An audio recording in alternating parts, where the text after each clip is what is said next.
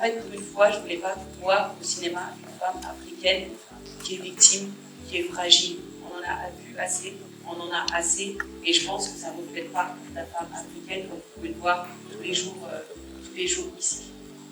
Le film pose la problématique du mariage forcé et ses conséquences, en fait. Et donc, rien que pour ça, ça dépend effectivement des sociétés et des normes, mais je pense que ces normes-là doivent être remises en question par nos générations.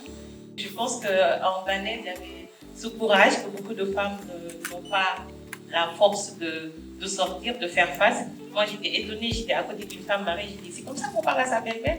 Elle me dit, comment on parle à sa belle-mère? J'ai dit, ah, pardon. Je pense que tu es une Banel, toi aussi. Pour moi, aujourd'hui, on devrait être 7 milliards de féministes. Tout le monde devrait être féministe. Et c'est par nos vêtements qu'on essaie de l'être, mais pas que, pour moi, c'est quelque chose qu'on vit au quotidien. C'est une lourde responsabilité, j'ai un petit garçon, de devoir également l'élever et de changer, de départir de ces traits de masculinité toxique qui sont très, très, très courants, fréquents, nombreux, partout dans notre société.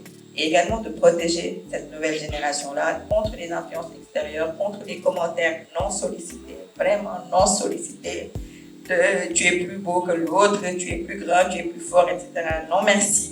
Donc vraiment de protéger cette nouvelle génération et de leur faire prendre conscience de leur rôle et de la nécessité de créer un monde meilleur. Je pense que le monde ne va pas durer longtemps encore, hein, donc on a qu'à profiter de ce qui reste à faire bien les choses. Est-ce que tu es pessimiste comme mon film, hein? Je te jure, c'est bientôt fini. La tête en a marre en fait. Il y a ces choses-là. Tu n'es pas femme tant que tu ne te maquilles pas. Tu n'es pas femme tant que tu n'es pas mariée. Tu n'es pas femme tant que tu n'as pas d'enfant. Et en fait, j'ai envie de leur dire, en fait, dis-moi c'est quand que je serai une femme en fait. C'est quand que je serai une femme. Et je pense que on peut construire entre nous femmes, on peut construire. C'est pas à cause de toutes ces choses qu'on doit devenir femme. C'est pas parce que je porte un bijou dans une oreille que je peux être considérée comme femme ou pas. Et je pense que c'est tous ces aspects. Et moi, le pire, c'est qu'après on va me dire, tu es trop féministe. Et ça n'a rien à voir avec le féminisme. Ça a à voir avec le fait que je me sens. Et moi, je me sens même à 1000%. J'aimerais jamais être un homme. Je veux pas être un homme. Je trouve qu'être un homme, ça doit être horrible. Mais j'adore être une femme. Mais c'est pas parce que je porte pas de boucle d'oreille que je me sens pas femme en fait. J'ai frissonné quand j'entendais les cris de la femme qui est donnée vie. Je suis célibataire, sans enfant et jamais mariée. Je pense que une de mes craintes quand je parle à mes amis, c'est l'accouchement. Je pense qu'on perd un peu la vie en donnant la vie. Et à chaque fois, je suis très pressée de vivre cette expérience, même si j'ai peur. Donc je sentais les mêmes cris. Je pense que j'étais à fond dans Vanette quand elle frissonnait et qu'elle avait peur.